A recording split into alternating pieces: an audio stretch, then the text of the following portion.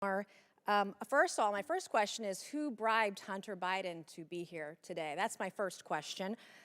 Second question, you are the epitome of white privilege, coming into the Oversight Committee, spitting in our face, ignoring a congressional subpoena to be deposed. What are you afraid of? You have no balls to come up here and... Mr. Chairman, point of inquiry.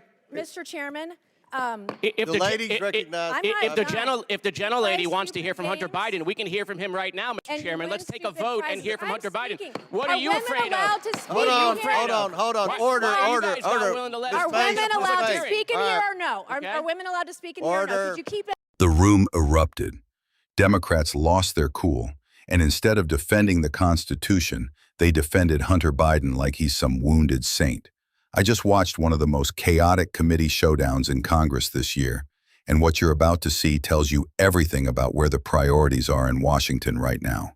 This is what happens when protecting the Biden family comes before protecting the American people. Before we dive in, hit like, hit subscribe, and turn on alerts. If you care about truth, accountability, and restoring this country. First of all, my first question is, who bribed Hunter Biden to be here today? That's my first question. Second question, you are the epitome of white privilege, coming into the Oversight Committee, spitting in our face, ignoring a congressional subpoena to be deposed. What are you afraid of? You have no balls to come up here and... Mr. Chairman, point of inquiry. Mr. Chairman, the ladies recognize. If the gentlelady wants to hear from Hunter Biden, we can hear from him right now, Mr. Chairman. Let's take a vote and hear from Hunter Biden. What are you afraid of? Hold on. Order. Are women allowed to speak in here or no? Are women allowed to speak in here or no? Could you keep interrupting me? I'll interrupt the chairman. I don't know that he's a lady. I think that that Hunter Biden should be arrested right here, right now, and go straight to jail. Our nation is founded on the rule of law. Come on. And the premise that the law applies equally to everyone, no matter what your last Point of order, name. Mr. Chairman. Point of order. It doesn't matter who you are. Point of order, Mr. Chairman. Biggs over here. Donald Trump Jr. Biggs over here. State your point, Mr. Biggs. Yeah, my point of order is this. Are we going to continue on with this blatant interruption? This is absurd and inappropriate. I intend to give my statement. I don't intend to have anybody interrupted. I'm not going to interrupt your statements. I think you should have decorum and courtesy and don't act like a bunch of nimrods. You just interrupted a woman. And that's 5.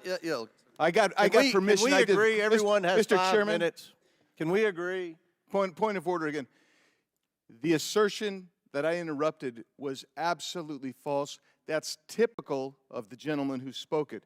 I got permission to speak from the chairman. I spoke.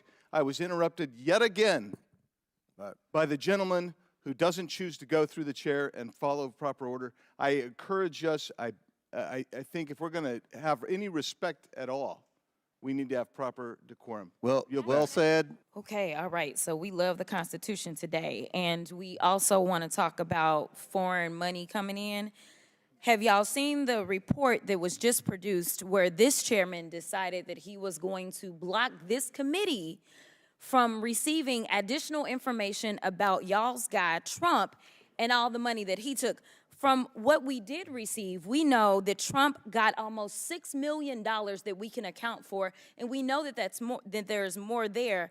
From China specifically, we found almost $8 million total that he accepted from foreign governments while he was serving as the president of these United States. But we're concerned about the president's son who has not been involved in his administration.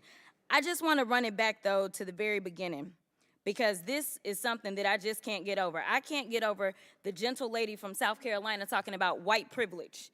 It was a spit in the face, at least of mine as a black woman, for you to talk about what white privilege looks like, especially from that side of the aisle. And let me quote your now ousted speaker and what he had to say about the Republican Party and y'all's lack of diversity. When you look at the Democrats, they actually look like America. When I look at my party, we look like the most restrictive country club in America. So let me tell you something. Y'all don't know what white privilege looks like, but I'm gonna show you a little bit of something. You see, you want to talk about a two-tier justice system, and this is the only time that y'all have ever referenced it, when this country has a history when it comes to black and brown folk of having two separate sets of rules. And right now what you want to do is have two separate sets of rules because Mr. Moskowitz offered y'all a fair situation. He said he would vote for Hunter to be held in contempt if y'all voted to hold all, even if you remove all of the members of Congress. There's still other people that y'all haven't decided that y'all have excuses for, but y'all don't want to hold them in contempt. But for some reason, it makes sense to hold Hunter Biden in contempt, who has tried to comply. And let me tell you why nobody wants to talk to y'all behind closed doors, because y'all lie. That's just the bottom line. You have done it thus far in this investigation. You have done it this far as it relates to this committee. In every single hearing, y'all spin, spin, spin. I don't know how y'all are still standing right now because you should be quite dizzy from all the spinning that you're constantly doing when it comes to spinning the truth. You talk about free and fair elections, but you back a guy who we know tried to steal the election. And this isn't about what Democrats have to say. Let me remind you, for those of you that don't know how the justice system works, it's not a matter of the president went in and indicted Trump, but we are talking about grand juries. Grand juries are comprised of American citizens, and the people that have entered pleas of guilty that will be flipping on your leader in a minute, they are Republicans. I do want to point that out. And half of them were Republicans that were handpicked by Donald Trump himself. So, to be clear, whatever happens to your little leader, it's going to be because of the actions that he took. So you can talk all you want to about how January 6th was nonsense, but all of y'all were running at that time. Y'all were grabbing y'all's gas masks, and y'all were running to your offices because you didn't know if they were coming to kill you. You should have cared that somebody was there to protect you, but instead you want to play games because you found out that it was your leader that decided that he wanted to propagate an insurrection on our country. So don't tell me that you care about the Constitution, because you don't. All you care about is Trump getting reelected, and I'll yield the last of my time to my leader. Thank you, Mr. Chair. Just to address briefly, quickly, that moment about privilege and all of this that we're seeing here. It was a very beautiful speech by the gentlelady, who, as she mentioned, was helped lead on the now majority side, the Civil Rights and Civil Liberties Subcommittee. But I think it's so exemplary of the point that she also oversaw the elimination of the Civil Rights Subcommittee on this committee, which really kind of gives the whole game away. We show up, we give speeches, we give flowery words, but at the end of the day, participate in the structural erosion of the rights and representation of people that are marginalized, women, people of color, people that just need to see their due process and civil liberties protected in this country. But I will move on. As also the Republican side had mentioned in their many raisings of the January 6th committee, that it's not just Hunter Biden, you, me, any individual subject to equal treatment under the law, to be held up to accountability under the law, but it is also these committees and this committee that is subject to oversight and law. We must comply with the law here as well.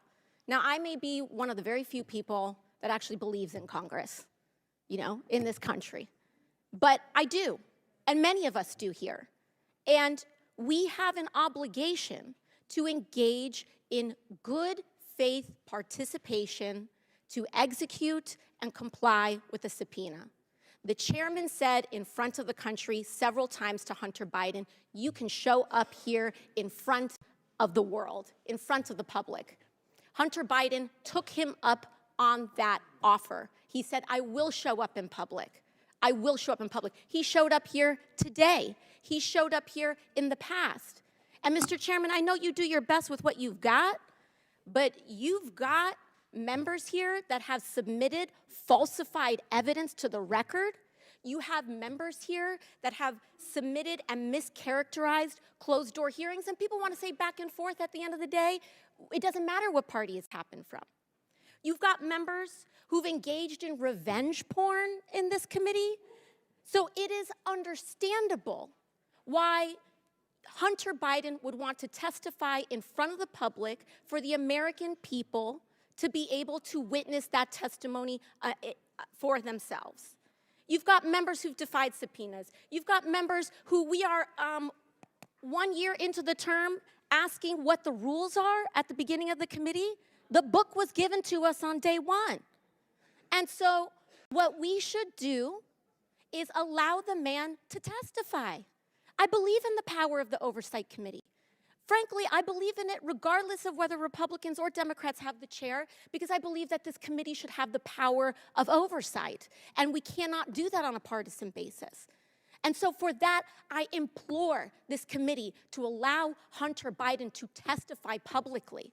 I implore and I ask for that to happen. And we cannot do that by getting engaged in this back and forth on a defiance of the subpoena. Let him comply. Let him do it today. Let him do it tomorrow. But let the man do it. And with that, I yield back to the ranking member. Thank you, Ms. Ocasio-Cortez.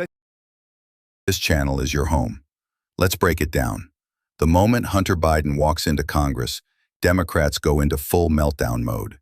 Instead of holding him accountable for ignoring a lawful subpoena, they start accusing Republicans of racism, privilege, and every tired talking point in the book. Notice something. They didn't argue facts. They didn't argue evidence. They argued emotions, skin color, and distractions. Because here's the thing. When you have no defense, you deflect. One Republican said what millions of Americans are thinking. Hunter Biden thumbed his nose at Congress. Ordinary Americans get arrested for less, and if your last name was Smith, Johnson, or anything but Biden, you would be in cuffs already. But Hunter? Protected by his father, shielded by partisan allies, and treated like American royalty. Meanwhile, the rest of us live under two sets of rules, one for them and one for the people who actually play by the law. Then we get Democrats screaming about white privilege. Ask yourself something. If Hunter Biden represents privilege, why are they defending him like he's the victim? That's not oppression. That's power protecting power.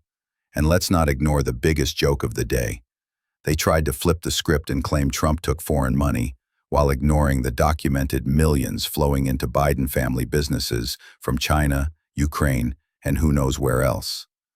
They never mention the shell companies. They never mention the whistleblowers. They never mention sworn testimony from IRS investigators. Funny how selective outrage works. And when you question their narrative, they attack. They scream. They throw around January 6th like it's magic armor and hope it ends the conversation. It's the same playbook every single time. Emotion over fact. Noise over truth. Here's what this really means. They don't fear Republicans. They fear transparency. They fear Hunter Biden testifying on the record, under oath, with cameras rolling. Why? Because once the American people see the truth raw and unfiltered, the Biden political machine cracks. They want closed doors because closed doors let you spin a story. Open hearings expose lies. Republicans asked for accountability today. Democrats asked for drama and applause, and the American people got a front row seat to which side still believes in the rule of law. We are witnessing the great divide in this country in real time. A government that thinks it's above the law, and citizens who are tired of being lied to. Stay alert, stay loud, and if you're ready for leadership that doesn't bend, doesn't break, and doesn't bow to political elites, keep watching and keep sharing. This fight isn't just about Hunter Biden. It's about whether truth still matters in America. Like, subscribe, and let's take our country back one fact at a time.